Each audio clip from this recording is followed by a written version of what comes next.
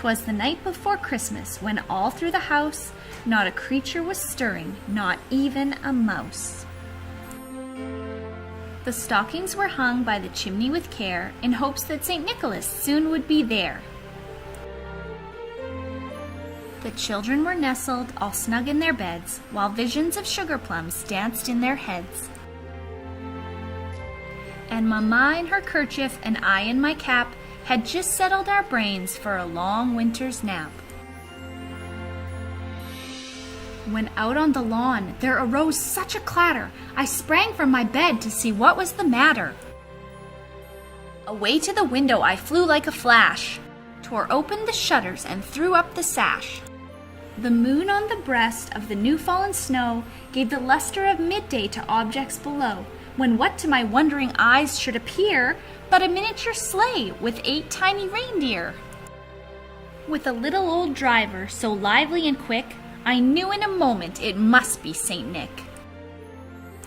More rapid than eagles his coursers they came, and he whistled and shouted and called them by name.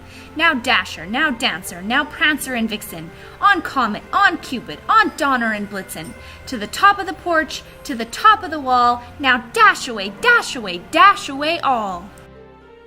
As dry leaves that before the wild hurricane fly, when they meet with an obstacle mount to the sky, so up to the housetop the coursers they flew, with a sleigh full of toys and St. Nicholas too. And then in a twinkling I heard on the roof the prancing and pawing of each little hoof. As I drew in my head and was turning around, down the chimney St. Nicholas came with a bound.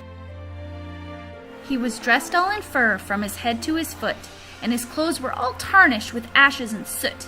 A bundle of toys he had flung on his back, and he looked like a peddler just opening his pack.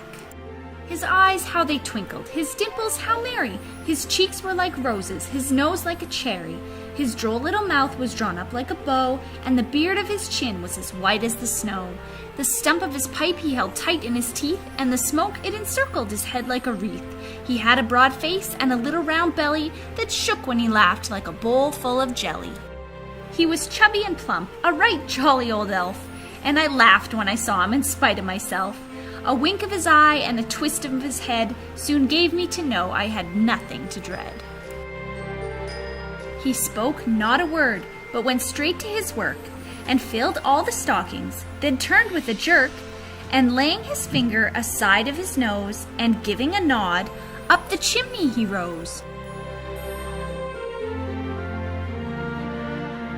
He sprang to his sleigh, to his team gave a whistle, and away they all flew like the down of a thistle. But I heard him exclaim, ere he drove out of sight, "Happy Christmas to all, and to all a good night."